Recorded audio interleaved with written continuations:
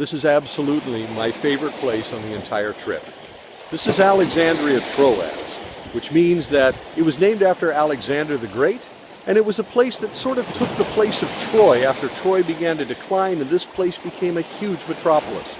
But it's also the place where Paul came when he couldn't get anywhere else. The Lord kept preventing him from ministering and sharing the gospel in places where he wanted to go. Places like Bithynia, which is where Nicaea is. Remember, the Council of Nicaea took place there. But this particular place here, right on the Aegean Sea, that was a port city. And Paul, while he was here wondering what to do in the middle of the night, had a vision of a Macedonian man. The man begging, please come over here and help us.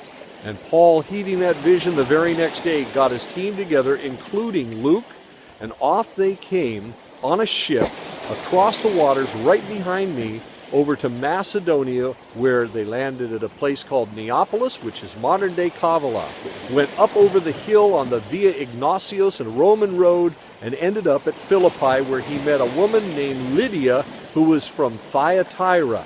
She became the first convert there on the ground of Europe. But here's the most important part of this humble little location, represented by only 5 pillars sticking up out of the water behind me.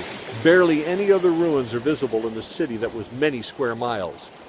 Paul came here at the Lord's behest, wanting to be someplace else, and God stopped him. I wonder if he ever blamed it on the devil until he realized it was God moving him. But when Paul walked down that dock and got on the boat to go over to Neapolis and begin sharing the Lord over there, that was one of the world-shattering moments.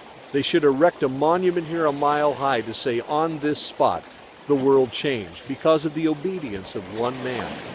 Because the moment Paul's foot left the dock and went onto that ship, that's when the world truly did change.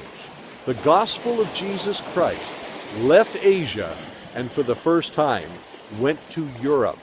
And from Europe, the gospel was carried on the backs of other disciples and those who followed Paul and Jesus, of course, all the way into the Americas and around the world. This was the moment when the gospel broke out of Asia, and the world has never been the same since. And that has been a very good thing, despite many of the foibles of the church. Well, here we are at Alexandria Troas, one of the most important places, I believe, in the history of the world, because Paul got onto a ship in obedience to the Lord and took the gospel just a short distance across these waters. But when his foot left this dock, oh, how things changed for all of us. You're here today because he did it. And that's the story of Alexandria Troas. God bless you. Have a great day.